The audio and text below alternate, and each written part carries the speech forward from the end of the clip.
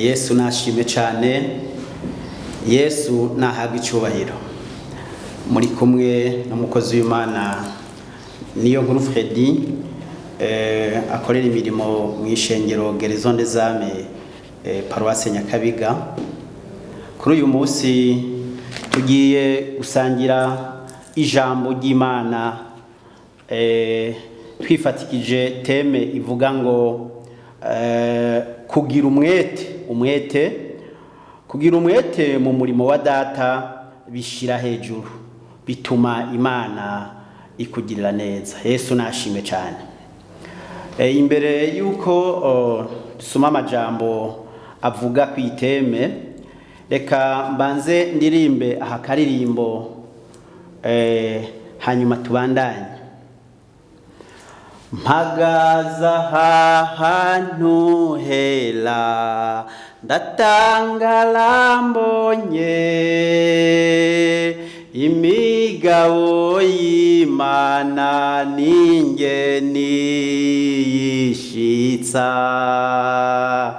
inyigisha muri mpwema gakiza gashitse sinzotirimuka hela cane ninjiye hela cane Yesu yanteguri mporanywa amazi meza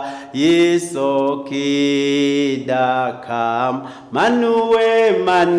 manu niyo nyimisi yose wa mutima w'Imana. Oh haleluya yeleleya hela cane. Haleluya. Bene data muriko munyumviriza, tugiye gusangira amajambo y'Imana avuga ku mwete. Turaza gusoma ahantu hashika nk'hatatu hadusigurira, hatwumvisha canke hatubwira uwo mwete vy'ukuri dukwiye kugira mu gikorwa c'Imana. Reka twishimikize ijambo rya mbere dusanga mu gusubira mu vyagezwe igice ca 28 turahera ku murongo wa mbere dushike ku murongo w'8. Dusome mu izina rya Yesu. Nimwagira umwete wo kumvira uhoraho Imana yanyu mukitondera ivyagezwe vyiwe vyose ndabagera uyu munsi mukabishitsa, uhoraho Imana yanyu azobashira hejuru gusumba amahanga yose yo mw'isi, kandi iyi mihezagiro izobashikako ibashikire nimwumvira uhoraho Imana yanyu. Umurongo wa 3, muzogira umuhezagiro mu bisagara, muzowugira no mu matongo, uruvyaro rwo mu nda zanyu ruzohezagirwa, hamwe n'umwimbu wo mu ndimiro zanyu, n'uruvyaro rw'amasho yanyu, inka zanyu zirondoke, hamwe n'imikuku yanyu. Ku murongo wa 5, mu biseke vyanyu habemwo hamwe no mu twato twanyu mucumbamwo hazoba umuhezagiro, muzogira umuhezagiro mu maja no mu maza. Uhoraho azotuma abansi banyu babakuriye hasi batsindwa imbere yanyu, bazozanana inzira imwe babateye bahunge baciye mu nzira indwi. Umurongo w'8, uhoraho azorungika umugisha ubane namwe, ube mu bigega vyanyu no mu vyo mukora vyose, kandi uhoraho Imana yanyu azobahera umugisha mu gihugu abahaye. Imana nishimye cyane.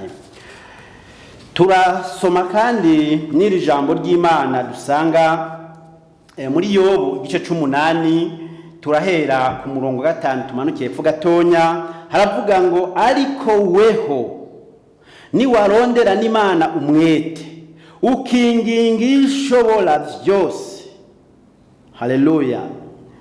niwatungana ukagororoka n'ukuri ntiyobura kwikangurira kugutabara no gutuma ikibanza c'ubugororotsi bwawe kiroranirwa. Murongo w'indwi, kandi naho itangura ryawe ryari ritonya, ariko amaherezo yawe wo kunguka cyane. Imana ishime cyane. Turahereza kwa aya majambo dusanga mu Migani igice ca 22, turasoma umurongo umwe wonyene wa 29.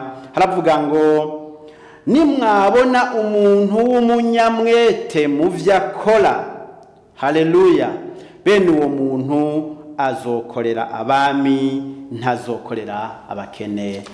Imana nihabwe icubahiro. Yesu nashimwe cyane. Bene data, turiko dusangira aya majambo muriko munkurikira. Uyu munsi turiko tuvuga ku ijambo bita umwete mu ijambo ry'Imana. Bibiliya ntako Imana yacu yo mu ijuru itagize kugira ngo ibwire ikiremwa muntu ivyankenerwa byose bikwiriye kugira ngo umuntu azabeho neza, azagira umugisha, azororanirwe mu buzima bwiwe.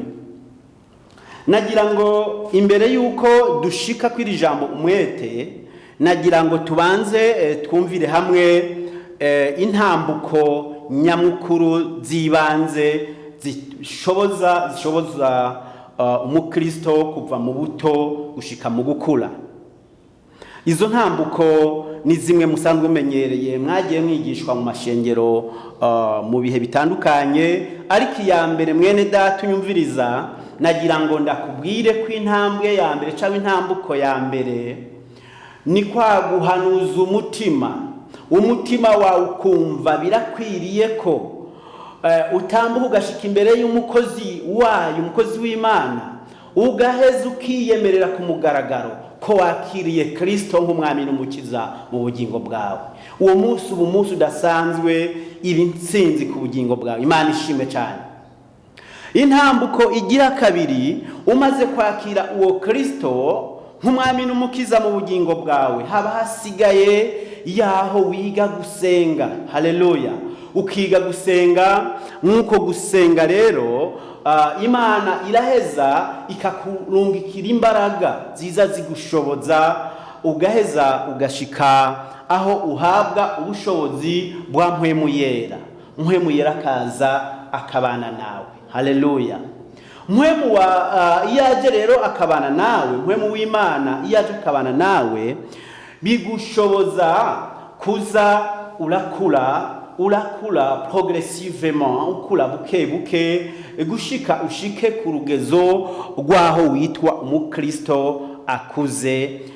Aho ni hahandi rero uba warabatijwe, uba vy'ukuri warashizwe mu bikorwa, waratangiye gukorera Imana. Imana nihabwe icubahiro. Rero izo ntambuko zirakomeye cyane, ariko iya mbere wumve, wewe utarakizwa, wewe utaramwakira Kristo, wumve ko intambuko ya mbere ari yo kunesha ayo majwi yose yagukwega kwegera mu caha, akagukwega kwegera kutumvira ngo uwakire Kristo. Ayo majwi yose ukayatsinda, maze ugatera iyo ntambuko iriti izindi zose ukamwakira Kristo. Haleluya. Imana nishimwe cyane. Rero ukumaze gukura rero ugashika mu rugezo rw'umukristo akuze, niho haza gushika rero iri jambo ryitwa umwete. Umwete nagira ngo ndawukubwire mu buryo bushanka bw'icanke butatu. Umwete ubwa mbere, wewe wakijijwe, wewe wamwakiriye. Haleluya. Hariho igihe uza wumva umenga urakwije ibisabwa, urasenga, ego sindavyanse, urisonzesha, ego sindavyanse, ariko laba ikintu bita umwete. Woba warusenga nka rimwe ku munsi, ariko niwumvira ijambo bita umwete, senga kabiri basi ku munsi, aho uzaba ugize umwete wo gusenga. Haleluya. Ese ashimwe cyane. Niwumva usanzwe usenga ukabati jewe ndasenga kabiri ndasenga gatatu ku munsi, ariko kwisonzesha nako, kuko Bibiliya iraduhamagarira kwisonzesha kugira ngo bidufashe gukura mu gakiza. Sinzi wabigira kangahe mu kwezi, nimba wabigira rimwe, tera intambuko yindi igira kabiri, ushire mu mwete. Niwashiramo uwo mwete uzabigira nka kabiri mu kwezi. Haleluya, ico nico bita umwete. Haleluya, Yesu ashimwe cyane. Sinzi mu mirimo y'Imana wakora, nimba baja mwivuga butumwa nka rimwe mu kwezi canke rimwe mu ndwi zibiri, kugira umwete mw'ico gikorwa civuga butumwa nukongereza iyindi minsi. Haleluya, ukakora gusumba uko wahora ukora. Haleluya, mu gikorwa cyose rero uragijwe, mu gikorwa cyose kiri imbere yawe, ijambo ry'Imana riratubwiye ngo nugira umwete. Gira umwete maze ngo wirabire gusa ukuntu Imana yo mwijuru nayo igira umwete wo kuguhezagira, igira umwete wo gushira hejuru, igira umwete wo gutwenza, igira umwete wo kugira neza, ukazosanga uri mu bitangaza gusa. Abanyamwete bibera mu bitangaza. Haleluya, nawe wagira umwete wosanga wibereye mu bitangaza gusa, mu misi y'ibitangaza. Aha turumvise iri jambo ry'Imana twasanze mu gusubira mu vyagezwe, twumvise amajambo uyu mukozi w'Imana yatubwiye. Yavuze ngo niwagira umwete wo kumvira Uhoraho Imana yawe. Gira umwete wo kumvira. Hari aho kumva usanga mu byo tugenda dukora twirengagiza ntitwumvire ijwi ry'Uhoraho. Tugira umwete wo kumvira Uhoraho, ngo twitondere ivyagezwe vyiwe byose Imana itugera uyu munsi. Haleluya, ivyagezwe si nibindi, ni ijambo ry'Imana. Rero aya majambo twasanze aha mw'iri jambo twabonye mu gusubira mu vyagezwe igice ca 28, twumvamwe amajambo avuga ku mwete. Umwete rero Imana yatubwiye, yavuze ngo nimwagira umwete wo kumvira Uhoraho Imana yanyu, mukitondera ivyagezwe vyiwe vyose ndabagera uyu munsi mukabishitsa. Mwene data, wumve rero kugira umwete bishira hejuru. Twumvise ukuntu Uhoraho Imana yacu yatubwiye mw'iri jambo ryo gusubira mu vyagezwe ngo nitwagira umwete wo kumvira Uhoraho, tukagira umwete wo kwitondera ivyagezwe vy'Uhoraho.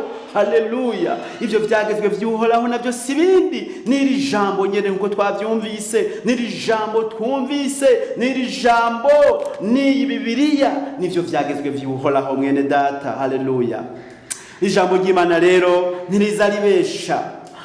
Twumvise ngo kandi iyi mihezagiro izobazako.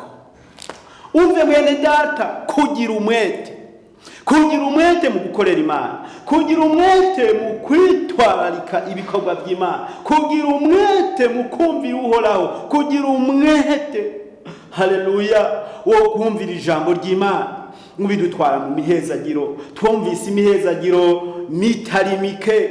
Ntabwo uzabura kugira umuhezagiro mwene data niwitondera ivyagezwe. Ntabwo uzabura kugira umuhezagiro mwene data niwagira umwete. Haleluya, eka no mu ijambo rigira kabiri twumvise ngaha muri yo igice c'8 twumvisemo umwete. Haleluya, ngo ariko weho ni waronderana Imana umwete. Aho twumvise kuronderana Imana umwete, hariya twumvise ngo kumvira Uhoraho. Niwagira umwete wo kumvira Uhoraho, ukagira umwete wo kwitondera Uhoraho ivyagezwe vy'Uhoraho, aho twumvise ngo ariko weho ni wagira umwete, ni waronderana Imana umwete. Imana nishimwe cyane, ni waronderana Imana umwete. Hepfo twumvise haleluya, ngo nukuri ngo ntiyobura kwikangurira kugutabara, ngo nugutuma ikibanza c'ubugororotsi bwawe kiroranirwa, kandi ngo naho amatanguriro yawe yoba yari yabaye mato, ngo amaherezo ngo kunguka ugakomera ukaba udasanzwe. Haleluya, ariko hari ibisabwa ngo ukinginga ishobora byose, ngo niwatungana ukagororoka, ngo nukuri. Mana nishimwe, irirahira Imana ntizirahira ibinyoma, ntizibesha. wewe cyo nguhamagarira mwene data uri kunyumviriza, wumve gutunganira Imana ko ari iby'agaciro, wumve kurondera n'Imana umwete ko ari iby'agaciro, wumve kwitondera ibyageze by'Uhoraho ko ari iby'agaciro, wumve gukorera Imana ari iby'agaciro. Wewe maze ivyo byose ushire mu mwete gusa, shira mu mwete. Nushira mu mwete wirabire, nushira mu mwete wirabire, ngo naho woba watangiye uri umuntu muto, ukaba watangiye uri umuntu atacamaze, ukaba utigeze uba mu mugisha, ukaba utigeze ubona ibikomeye, ariko amaherezo yawe yo kira kugira umwete, uzurabe ejo hawe, kuko Bibiliya n'Isuri katubwira ngo kuwizeye Imana, haleluya, kufise uwo mwete wo kwizera Imana, haleluya, kufise umwete wo kwizera Imana, ngo ejo ni heza kandi ni heza cyane. Iyi ntambuko nari kugenda yibagiye y'ukwizera. Ukwizera rero ni kindi kigwanisho gikomeye gituma dufashwa mu gutsinda Satani. Haleluya. Wagira n'umwete mu kwizera se. Ukwizera kose ngere kungana. Hari aho ufise ukwizera ukamenya ngo je ndizeye Imana, ngo ndizeye, hari ugasanga kumbura ukwizera kwawe ntigufashe. Imana yatubwiye ngo gira umwete.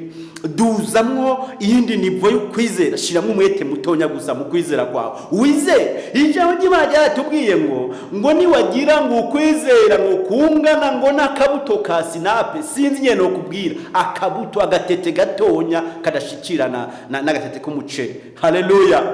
ngo zubwira umusozi ngo vari, ugasanga ubwiye nk'iriya Bujumbura ngo shunguruka uze kwisuka muri Tanganyika, hama ngo gacigamuruka ubwo nyene. Ukwizera rero, shira umwete mu kwizera kwawe, urebe ingene Imana izogutwenza ikagutangaza. Niwumve no ngaha ngo niwabona umuntu w'umunyamwete mu vyakora, umunyamwete, gira umwete mwene data mu gukorera Imana, gira umwete mu gukorera Imana. Wumve ngo niwabona umuntu w'umunyamwete mu vyakora, ngo bene uwo muntu azokorera ngo abantu basanzwe, ntuzoba umuboyi namba, ngo azokorera abantu, azokorera badasanzwe. Haleluya. None mwene data uri kuranyumviriza, wumve ko nawe aho uherereye mu gikorwa wahawe bijya urimo urakora biragusaba gushira mu mwete. Ntuvuye ngo warashitse ngo warahejeje, shira mu mwete. Aho waruteye hose shira mu mwete, maze wirabe ingene Imana igushira hejuru. Sinogira ntakubwiye abagabo nk'abangahe, reka ndakubwira abagabo nk'ababiri. Esa shimwe cyane. Ndakubwire abagabo nk'ababiri muri Ancien Testament, n'abandi bagabo nk'ababiri muri Nouveau Testament bagize umwete, bagwije umwete udasanzwe, bakagira umwete mu gukorera iyo Mana yacu, maze nawe uze kumva ukuntu bagiriwe neza. Umugabo wa mbere nagira ndakubwire mwene data uri kunyumviriza, namwe bene data mwantije amatwi. Umugabo wa mbere nkubwire n'urya wamenye umugabo yitwa Mose. Umugabo yitwa Mose yagize umwete mu gikorwa yari yahawe. Ibuka cyagihe yatoragurwa aza kurererwa ibwami, akuriye ibwami.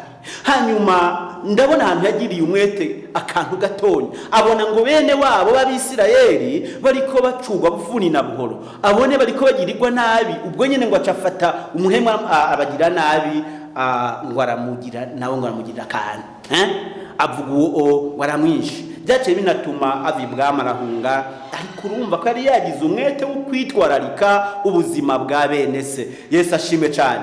Mose ntiyagarukirije ngaho. Imana imaze kubona uwo mwete wiwe, iraheze igendera murobanura, imukura hariya yarari kuragira intungwa, kuragira ibitungwa. Imubwira ati ni wewe rero burya namaze gutoranya kuva ukivuka, kuva igihe badutoragura hariya ku kiyaga, ni wewe natoranije kuzoja gukura bene wanyu b'Abisirayeli.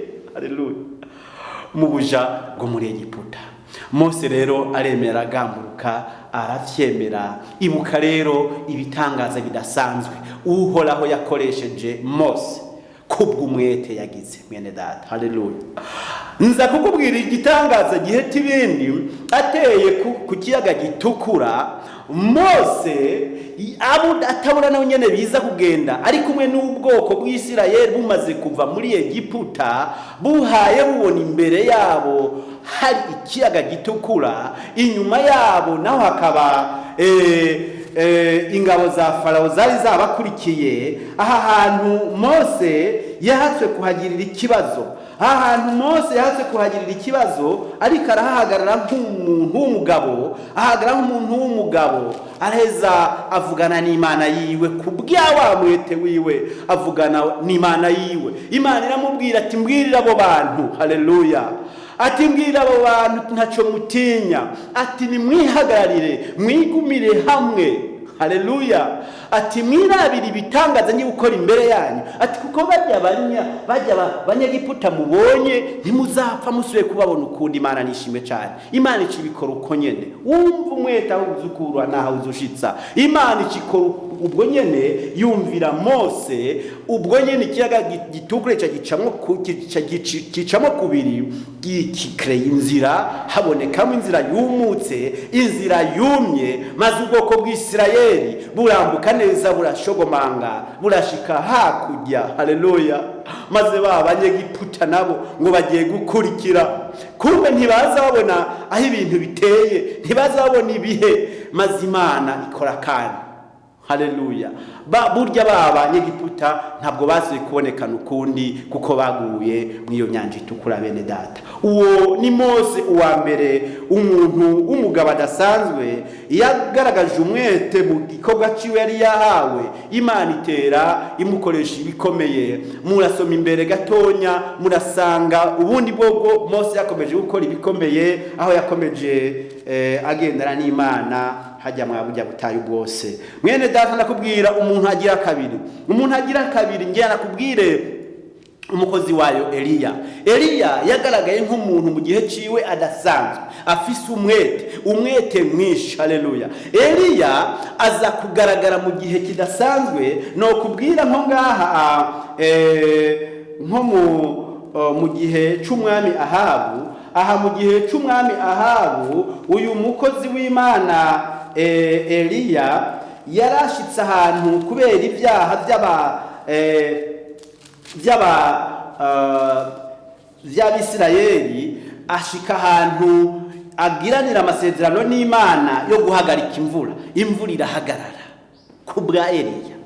Yagira n'Imana yiwe kubw'uwo mwete wiwe, Imana ihagarika imvura iza guhagarara ibihe by'imyaka 3.5.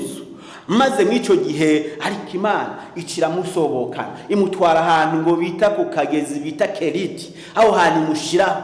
Uwo mukozi w'Imana kubw'umwete wiwe agaburirwa, haleluya, agaburirwa ibikona ngo byama bimushira inyama mu gitondo no ku mugoroba. Uzi nawe nyene ibikona bikunda inyama, ngo bikama bimugaburira, bimugemurira ubugari n'inyama buri gitondo n'umugoroba. Umukozi w'Imana amererwa neza.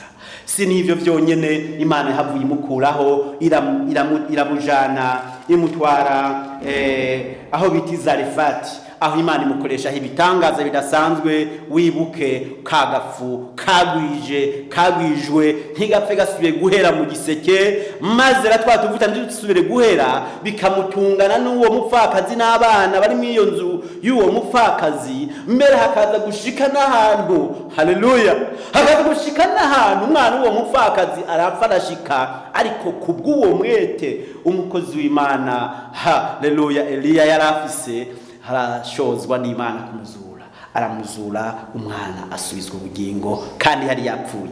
Ivyo byose nibikorwa Imana izikoresha abanyamwete. Rero nisinorangiza ngo ndangirize kwaba bo muri Ancien Testament, nakubwiye ukuntu rero yahembwe ibihembo bitarahembwa abandi. Igihembo yahembwe Mose kugira umwete mu murimo w'Imana kwiwe, yahembwe kubona ijuru, we batigeze apfa. Wewe ngo ijambo ry'Imana ryo litubwira ukuntu yadugijwe mu ijuru mu gashururu, aduzwa abona afise inyama n'amaraso akomeye, yidugira mu ijuru. N'ubu yibereye mu ijuru, haleluya, yibereye mu ijuru atigeze apfa. Igitangaza c'Imana umwe wenyene gusa. Imana nishimwe cyane. Ibitangaza c'Imana nk'ico gikoregwa abagira umwete, abagira umwete nibo baza bakorerwa igitangaza cy'Imana kiri ku rwego rwo hejuru nk'icyo. Urumva ico cyashikiwe uwo mukozi w'Imana Eliya n'uwundi mukozi w'Imana umwe nibo bonyene barose ico gitangaza. Mwene data wumve, ndeka ndakubwire uyu mukozi w'Imana agira kabiri yahawe ubwo burenganzira bwo kuba mu ijuru. Ni babiri bonyene, niwo bita Enoke. Enoke nawe yarahawe uburenganzira nka Eliya bwo kuba mu ijuru atigeze apfa.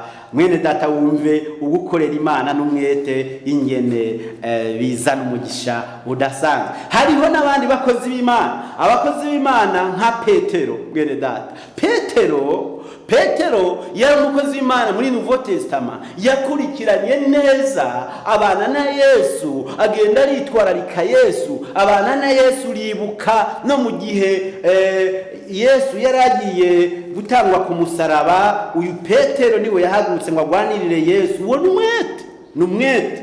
Rero kubw'uwo mwete Imana imuha imbaraga zindi. Petero ngo naho yanyura gusa igitutu ciwe ngo cyagenda kirakiza abari bari ku misego bagwaye. Haleluya. Cyagenda gikiza abari ku musego bagwaye, ngo bazana inderuzo z'abagwayi ngo bagatondekesha kwibarabara aho Petero aza kunyura, kugira gusa igitutu ciwe nicanyura kwizo nderuzo abo bantu baziryamye ko bose ngo basigare barakira. Kandi niko vyagenda mwene data. Ivyo nibisubizo biza bihabwa abagize umwete mu murimo w'Imana. Eka si ibyo vyonyene Petero yarahawe no gukiza uyu muntu ngo yaravutse ari kilema, ikimuga. Bari kumwe na Petero ngo bagiye hahandi gusenga, bari bagiye mu gikorwa c'Imana ku rushengero rumwe twita Gwiza. Aho hantu ngo baca kwico kirema cyari cyavutse caramugaye kitigira kiva hasi. Haleluya. Ariko ndakunda vraiment, ndakunda n'ukuri mu izina rya Yesu, ndakunda abantu baza bagira umwete mu gukorera Imana. Kubw'uwo mwete, haleluya, kubw'uwo mwete wa Petero, ngo baramubwiye gusa ati twe nta bintu by'amafaranga dufise, ariko dufise ikirengeye amafaranga. Ngo bamufata ukuboko, uwo acaravyuka, acarahagarara, acaba umugabo akomeye. Ngo aja mu rushengero rw'Imana gutambira Imana atari bwigere ahagarara n'umunsi n'umwe. Ariko hari ikindi gitangaza cyakorewe Petero igihe bagira baje kumwica, yari ku mfiro. Herodi ngo bwaca amwica, yamuraje mu gasho. Aho hantu Petero Imana ngiramugenderera, imusanga aho hantu, ngiramuvyura ati vyuka, ambara inkweto, ingo twigire. Bakaza ngo barengana inzugi ziyugurura. Nawe wanzi ibohero ryari ibohero nini cyane, rivaho ngari gashika ngira nko mu Kanyosha, gushika hiyo hose inzugi zigenda ziyugura zikomanda. Abanyamwete bagira na telekomande. Imana ishimwe cyane. Inzugi zari telekomanda zikiyugurura, akaza yisanga yashitse hari hanze yigiriye. N'umukozi w'Imana kandi agira kabiri, no vuga Yohana yari uwundi mukozi w'Imana adasanzwe, yakunda Yesu cyane, yari afise umwete mu kuba hafi ya Yesu. Imana nishimwe cyane. No mu bikogwa n'umunyamwete. Urebye n'ivyo yanditse, amajambo y'Imana yanditse, byaragaragara ko yari umunyamwete udasanzwe. Nawe rero igihe ngo carashitse agira umwete wo gusenga. Ngo bari mwibohero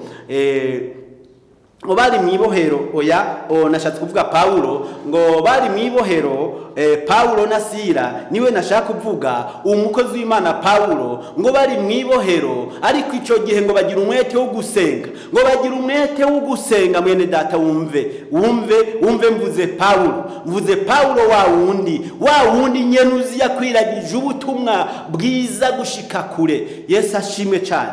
Ari kumwe na Sila, nabo nyene bari mwibohero benda gupfa. Ubundi ho abo bapfunga keshi babakora baja kubanyonga, ntibarusimba. Nabo rero ngo bari ahantu bari mwibohero, ariko ngo mu gicugu hagati ngo bagira umwete, ngo batangira kuririmbira Uhoraho, batangira gusenga Uhoraho. Gira umwete wo gusenga, gira umwete wo kuririmbira Imana. Mwene data, ntuzugire ngo wabuza ukorera Imana no mu kuririmbira umukozi w'Imana. no mu gusengura umukozi w'Imana. Haleluya, korera Imana ngaho hanyuma ushiremo umwete, ngo bahaye baririmba bashiramo umwete ngo n'izindi mbohe zose zibumva. Haleluya, bahaye baririmba mbega urukundo rw'Imana yacu, bahaye baririmba nk'uko ubwo nyene marayika ngo arururuka, ngo isi itangira kunyiganyiga, ngo inzugi z'ibohero ziruguruka, ngo amatanguro y'ibohero atangira gutigita. Aho hantu rero ngo iminyoro yari baboshe yose iridohora bavaho, babona inzugi zugurutse, umurinzi w'ibohero agira ubwoba. Haleluya, ariko nta cari kibaye kindi atari uko Imana yo mwijuru yamanutse yumvise ibuza amahoro kubw'umwete waba bakozi b'Imana, iraheze irurukiriyizira ishike ngaho ikomanda isi, ikomanda amatanguriro y'ibohero, ikomanda inzugi, ikomanda iminyororo, byose bigira ubwoba, maze na wa murinzi w'ibohero nabagira ubwoba. Ariko barababwira ati ntugire ubwoba, ntaho twagiye, turi ngaha, ntugire ubwoba, turi ngaha. Erega Yesu ugira neza, Yesu uko kugira neza, uko kugira umwete vyatumye n'uyu murinzi w'ibohero n'umuryango wiwe bakira agakiza, bakira Yesu nk'umwami n'umukiza. None no kubwira n'abandi benshi, no kubwira ba Aburahamu, no kubwira ba Yosefu, no kubwira ba Daniyeli, abo bose mwene datunyumviriza, abo bose mwebwe muriko munyumviriza, n'abandi benshi, abo bose bagize umwete, bakomeje kuba abagaragu beza imbere y'Imana, bakomeje kuba intwari imbere y'Imana. None nawe nagira ngo nkubwire mwene data, ugira umwete hajya uherereye, ugira umwete mu bikorwa urimo urakora, ugira umwete mu murimo wa data, ugira umwete mu gikorwa c'Imana, maze wirabire gusa ingene Imana igutera iteka. Iraje rero kugirire neza. Kaze dusenye Imana, kaze tugwize umwete, kaze dukorera Imana, maze data ntazobura kutugirira neza. Shalom shalom. Dusenye Imana. Data wo kwizigirwa, uri umwami mwiza, naho twomera bameze gute, naho toba ibihanganye imeze gute, ariko ntaco twari ico gikwiriye. Ugira umwete gusa nkuko ijambo ryawe ritubwiye. Twebwe duhamagariwe kugira umwete gusa. Nitwagira umwete ga mwami wacu, turazi utazura kutugira neza. Ingo rero ubane natwe, uduha intege zo kugira umwete, uduha intege zo kugira umwete mu byo dukora, maze natwe nyene icubahiro uzaheze utugire neza. Nuko rero Mana, ugire neza batarakumenya, wibuka batarakwakira, ugire neza bakwakira ngo barasubira inyuma, maze nyene imbabazi n'imbaraga ubwoko bwawe, maze busubizwe imbaraga, abatarakumenya nawe ubiyegurire, maze nyene icubahiro turi imbere yawe twese, turi imbere yawe twese, turi imbere yawe twese, turi imbere yawe twese. Igihe cyo uza gutora ishengero, uzoza usanga umugeni akwiye. Urakoze Mana yanje, urakoze muvyeyi wumvise ugusenga kwanje, kazi icoboro kibi cawe, ni mu izina ry'umwami wacu Yesu Kristo mbisenze nizeye, amen.